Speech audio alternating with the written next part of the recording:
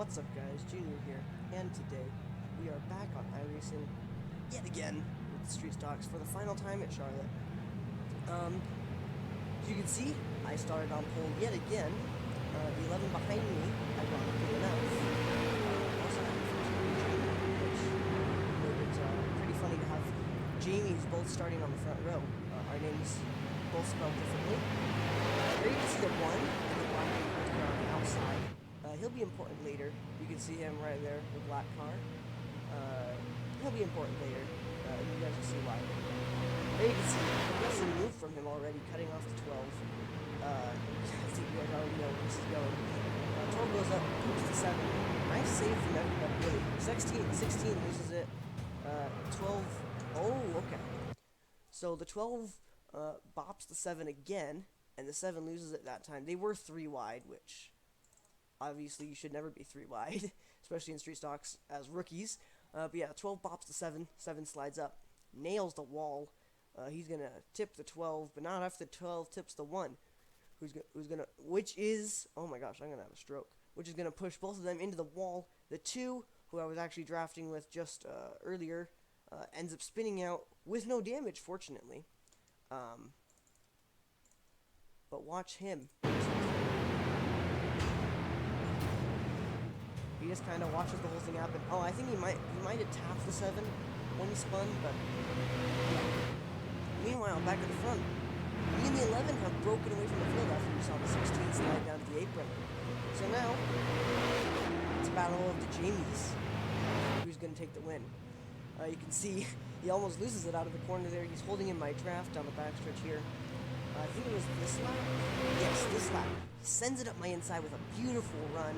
He was giving me a shove down the backstretch too, which is why it really surprised me that he got such a run. You could see me on the outside getting loose. There was no grip up there. All the dust and particles that nobody wants on the racing line gets shoved up there, hence why it was so loose. You can see us giving each other plenty of room. I almost had him clear, and then in comes another corner, and yeah, so it's not going to happen. You can see him trying to get very conservatively on the inside line. Me, full throttle on the outside. It's going to give me a massive run down the straightaway here. You can see the 16 watching. I boop the wall and kind of grind it for a little bit. Other than that, it's pretty good though. 11 sends it up my inside. Oh, that's what it was. So after I hit that wall, I was looking at him. I was looking at him down the straight, and as I was looking at him, I hit the wall. That's why I hit the wall. And then in the corner, I decided I don't want to be on the outside anymore. I lift, and then I'm going to step on the gas again, just to get back on the racing line. Compete with him and not have to be a boring side-by-side thing the whole time. As much as side-by-side was fun, I just knew that if I booped the wall in the corner, I was going to lose it, and I was going to die. But yeah, so down the front stretch this time, as you can see, massive gap. I'm going to draft him in, down the front stretch, and into 1 and 2. As per usual, full throttle. You can see that allows me to close the gap to him. I was expecting him to slide up to the outside, but you can see how aggressively he is defending that inside line. My spotters never even said that I was on his outside, so initially I had no idea why he was defending it so savagely. This next lap, here you can see I hit the wall pretty badly and I scrape it again, but we're all good. I get into the grass just a little bit. You can see just a little bit of paint scraping, a little bit of concaving on the actual shell of the car. Other than that though, we're all good. There you can see the 2 coming off the car. Me holding it to the inside as I draft from into 1 and 2. Down the backstretch, I held it with him that time. You can see how sideways I got. Into the corner, I'm going to shoot up high so I can get some angle into it so I can have a better run into the corner. You can see how it opened a gap, but he was losing control as we went to the corner. I gave him a boot down the backstretch, so that kind of also helped loosen him up. You can see I am taking the line I prefer the most, the fastest way I can possibly get around the track. He is, as I said, defending that inside line. You can see I almost looked to his inside, but I knew I wouldn't get there in time, so I just held strong where I was and let him do his thing. For a moment here, I was debating if I should go to his inside or if I should get in his draft or not. I decided it wasn't worth it to draft him for that stretch, just to jump back to the outside and get a run into the corner. I could never get close enough to him as to where I could get a run down the straightaways because he was defending the inside as hardly as he was. And anytime I was able to get a run, it was killed in the corner because he was lifting. I was not. I also didn't have any front downforce because I was drafting him. Into 1 and 2 again here. You can see I just barely tapped the apron, go a little high. Coming out of the corner, you can see I stick with him this time. I'm going to get a massive run on him. Going to look to his outside again to get that run in the corner. And this time you can see I am right on top of him. So I'm going to stick with him this time. Wheels right on paint for both of us. We are nose to tail. It is a tight race. But as I said, as you can see, I am running the line. I prefer as per usual. For the triover.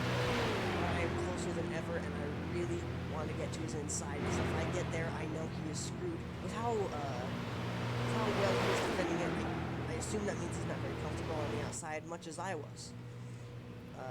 So yeah, you can see, drafting. I'm going to look to his outside again, just to get the... Oh no, this time, I stuck with him. I looked to his inside, I kind of dipped my wheels on the apron, and I decided it's better if I don't. You can see both of us getting a little bit sideways, though, coming through the corner. Down the front stretch again, I try to draft him, and then I remember it's not in my best interest to do so, as his line is not the line I prefer to take. And it's a little bit slower, even with the draft. It doesn't really... through 1 and 2, was it this time? No, I think it might have been next time, maybe in 3 and 4. Again, I decided not to get in his draft. It's not worth it to draft him for about a half a straight, just to go to the outside and try to get a run in the corner. In 3 and 4 here, you can see he gets on the apron, gets a little bit sideways, and there he goes. There's his fatal error. You can see he jumps to the inside, but I'm already there. I dip my wheels on the dirt again, but we're all good. Through the corner again. Into 1 and 2. I'm going to run the line that he's been running on me, just because I don't want to have to give up this inside line. As you can see, I was clear on him for just a second. My spotter didn't have time to say clear, so I just said that he was still there. There you can see the 11 almost hits me. The 12 trying to get out of our way. We go 3-wide on him. Almost a massive wreck between the 11 and the 12. Would have taken both of them out, but we're all good. Through 3 and 4, you can see he is still sticking strong on that outside. Through the quad oval, you can see through those turns in the tri-oval, I'm getting just a little bit more of a run than he is. Into 1 and 2, he's nearly clear. He's gonna cut me off, and I'm just gonna let him. I don't want to have to deal with him. And there you can see, there's always kind of been looming smoke around the track because there's been a lot of wrecks. So that tire smoke has just been looming around the track all day. But here, as you can see, in 3 and 4 yet again, wheels right on the paint for both of us. Me right in his draft. I'm going to run the line I typically have. Here is where things get interesting. The next lap, it is. Alright. Little sneak peek of what's about to happen. So into 1 and 2 this time, I probably should have skipped all these laps. Nothing really interesting happened. You know, just to show you guys really what was happening. From my view, it was a lot of fun the whole time. Oh, the 12 kills into the wall. For me, it was a lot of fun the whole time. Even just to stick in his draft, not even too wide. You can see I put it on the apron, and then I looked to his outside to get a little bit more angle into the corner than driving the apron. Yeah, so here I am, I'm drafting him. And here's the 1. So the 11 is going to take the line. He normally takes the 1, blocks his line, so the 11 almost loses it, spends the whole quad oval trying to save it. The 1 yeets me into the wall. And, well, that's how the Battle of the Jamies ended. Outside intervention, which is probably for the best, I'll be honest. We probably would have wrecked it on the final lap, and the 16 would have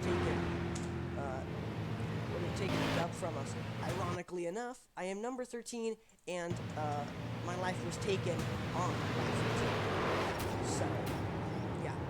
Now, something I think a lot of people see when they see this wreck is they see, you know, the 1 goes into me during a straightaway. It's not like in a corner where he went wide or something. He just drove straight into me. And right about here, I bet you guys are probably thinking, well, why didn't you just turn more? As you can see, my steering wheel is almost all the way to the left. My steering wheel only can go, how many degrees is this? Like 15 degrees, no. It can only go 45 degrees. More than 90 degrees, which would be, quick maths, 135. So my wheel can go 135 degrees in each direction. So I am essentially fully turning my wheel. I'm turning as hard as I can. And not just that, but I've said this before. These cars and their setups are extremely... Oh, wait, hang on. These cars and the setup they have for Charlotte is extremely loose.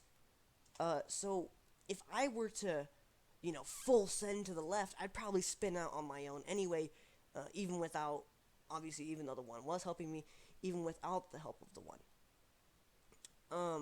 The 11, though, obviously that terrified me when I saw him getting behind the one, and then he jerked out of the way, and then all of a sudden he's sideways in front of me. I was like, oh, I would hate for this battle to end because of the one. There you can see, look at how sideways the 11 gets down the straightaway. That is insane, and what a save it was. But it wasn't over yet. You can see he straightens out, and he still doesn't have the car saved. It's still sideways. You can see it's fishtailing just a little bit in the other direction, and he's going to cut across both of us. Fortunately, he has enough speed to do so without wrecking either of us. And there you can see he's still trying to save it, and the one, I think in an attempt to avoid the 11, I'm not sure why, turns into me. As I said, the 11 dips it onto the grass, just trying to save the car. Only gets 2 wheels on there, so he didn't get any X's for that, I would presume. But yeah, there you can see the one bangs me pretty hard right into the wall. And, well, yeah, you can see I'm off the throttle. Pressing the brakes isn't going to do anything, and right when I hit the wall, I decided full throttle is the best thing to do here. You can see I'm turning the wheel to the right now because I know the car is going to want to spin. I hit the wall again. Oh no, I have the wheel straight. I'm turning it to a little bit to the left to avoid the wall. I hit the wall again. I kind of climbed the wall a little bit. Yeah, you can see the tires kind of climbed the wall a little bit there. Right there. You can see they kind of climbed the wall, and that's really what did it. Had I hit the wall just the one time, I would have had a little bit of damage, and I probably could have just kept going. But after I hit the wall the second time, that's where it all went downhill. Of course, the one got mad at me. I'm not entirely sure why. Like I said, I think the only justification he has for the way he ran into me was that he was trying to avoid the 11. Because as I said, the 11 gets really sideways down the straightaway, saves it just barely, but actually doesn't because he spends the rest of the front stretch saving it. And even then, let's watch it from the one's cockpit. Let's see what the one was seeing. So here's the one, there's the 11. I mean, even in the scenario in which he's trying to avoid the 11, I highly doubt that's the case. Because here, he should have, yeah, in the corner, he would have seen us. Yeah, he sees us in his mirror. He sees how quickly we're approaching. You can see he lost the car in the corner. He loses control, saves it, sees us coming, goes to the outside, sees, I mean, come on, if you have any context clues whatsoever, or any way of interpreting those, you would see the 11 turning in, okay? So this is where you hang to the outside while the 11 turns in. Well, he only sees me in his mirror, so he thinks, oh, guess I'm going to go all the way to the inside. And there's the 11 suddenly jerking out of the way, barely avoiding him. There you can see, you can even just see how sideways he is from the view of the number 1 here. There you can see I go to his outside as well, because I have plenty much of a run. But I think he saw, okay, I'm seeing it a bit differently now. I think after he saw the 11 wanted to go to the inside, he decided, okay, once the 11 is clear, I'll go to the outside. He can, but it's like he doesn't even look in his mirrors or listen to his spotter. Because, let's do chopper. Because, as you can see, he starts to turn right here, but right here should about be when his spotter is telling him that I'm there anyway. Because it's not when someone's like directly next to your quarter panel. It's a little bit of room because obviously you don't want it, just for some level of awareness reasons. But he turns into me, as you can see. Yeah, you can see I went straight. I was turning into the quad oval like the 11 was, not knowing the 11 was still trying to save his car. And then you can see I turn right just a little bit to be hit by the one anyway. But that's not all, because he hits me again and really does it for me that time. I think the first time he hit me, I think had we both saved it, we would have been able to keep going with very minimal damage. But like I said, after I climbed the wall that second time, that really did it for me. Okay, wow, that is a really bad camera angle. But watching it from my cockpit view, you guys can see, the 11 jerks out of the way. I'm off the gas because I'm terrified about what's going to happen. Because all I see when I see the 11, when I see what's about to happen, this is all I'm seeing in my mind. I'm seeing the one's going down. Okay, I'm thinking maybe the 11 can follow this lane right here, and the one will go down there. But they're both going in the same way. So all I'm seeing right about here, right before the 11 corrects, is the 11 packing it right into the back of the one, both of them wrecking, and that's how the Battle of the Jamies ended. But no, the 11 jerks out of the way to the right. Oh, he's on the verge of saving it. I'm worried, so I'm just going to go to the outside of the one. Right about here, my spotter says on inside, so I hold it there. But then all of a sudden, you can see, I see him turning into me, so I turn right as well.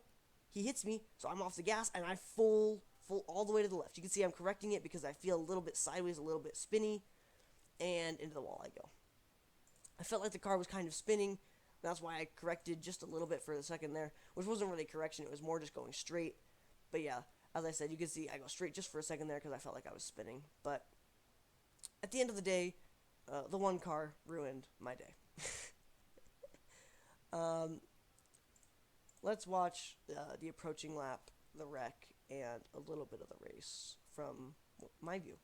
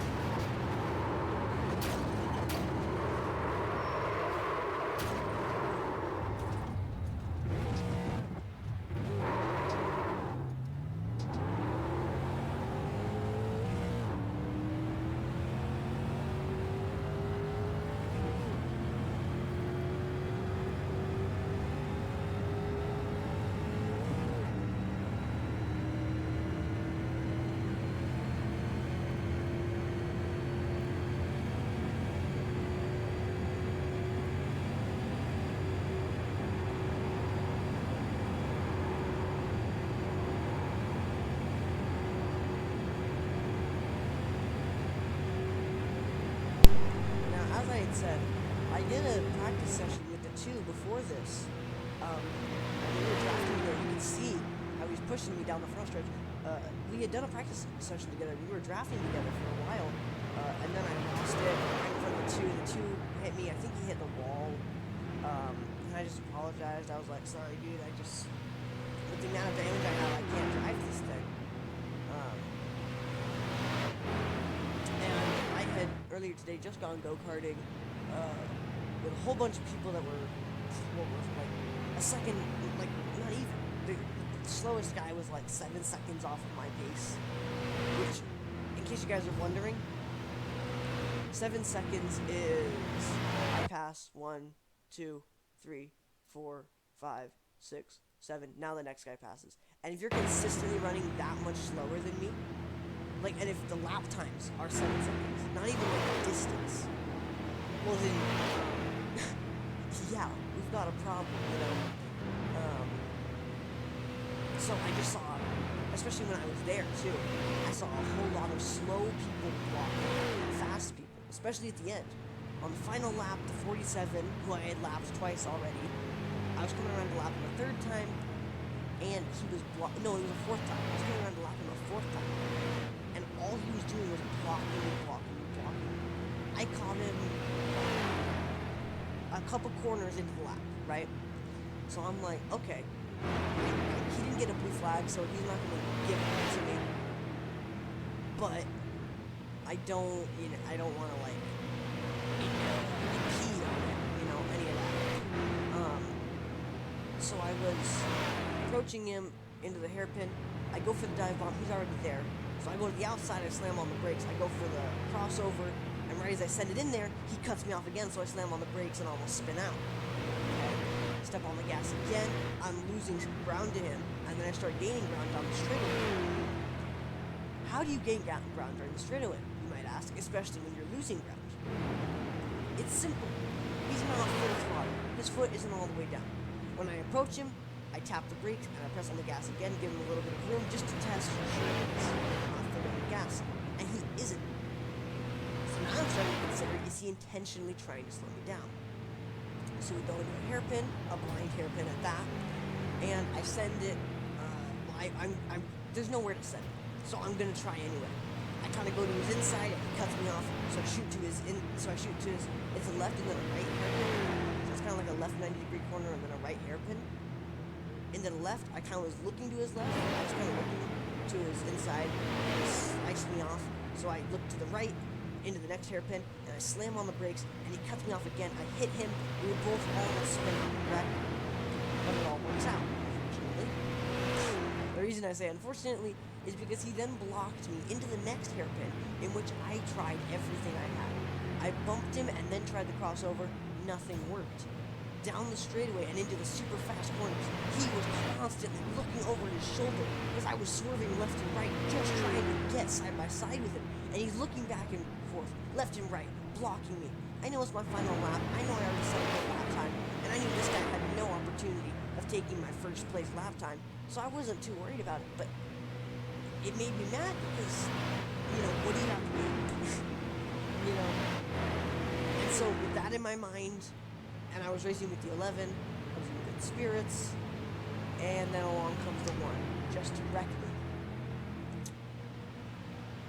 So, yeah, there's the white flag. You can see I'm approaching the 13 here, which actually makes things very interesting.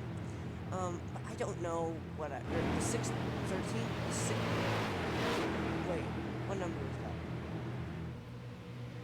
I have no idea. 6, that's what it is. You can see I'm drafting him, and then he blows an engine. Here's something interesting, you guys. Right in front of me. Where's right in front of me, this man, out of nowhere, no warning. I think you guys get that. Blows an engine. Okay, fair enough. But here's where things get interesting. iRacing sees that he blew an engine. Okay? That's critical damage. For him, blowing an engine is critical damage. That takes you out of the race. That's a pit for repairs level amount of damage. There, with that puff of fire and the smoke, blows his engine. I lift, I turn to the left to get out of his way. Last I checked, that right there is not contact. The closest we get to contact would be, I would think, I get this close to his fender, right? You would say this close is about, oh, that's not right.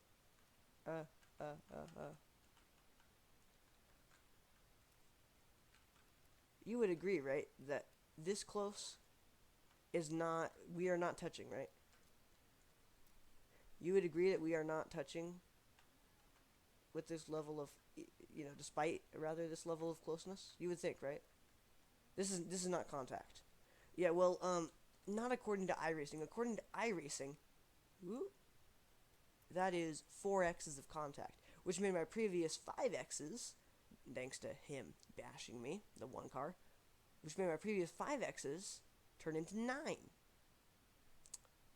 Which obviously is much less than ideal, considering that I was already in a bad mood. I just got yeeted by a lap car, and I was talking the whole time. I was driving, I was like, I don't understand what he had to gain, It seemed like he was wrecking me just to wreck me. So I come around, I finish the race, obviously angry, a whole lot of angry. I did thank the 2 for helping me, even though I nearly took him out when I lost control of the car. So I came around to the 1 and 2 here, And I gave him a little nudge and a wobble as per thanks, I guess, for helping me, helping me get around. Here you can see I'm going to go for the nudge, just kind of easing towards him, and then boop. You can see I can some little hockey wobbles. Obviously, he could have taken it either way, but, yeah. That's how the day went. So, yeah. This is almost more like a vlog, I guess, of telling you guys how my day went. But, with that, I hope you guys did enjoy. I hope you guys did enjoy. And if you did, make sure to like and subscribe. Tell people you know about it. Let YouTube tell people it knows about it. About my channel, about this video, all that. And I'll see you guys in the next one.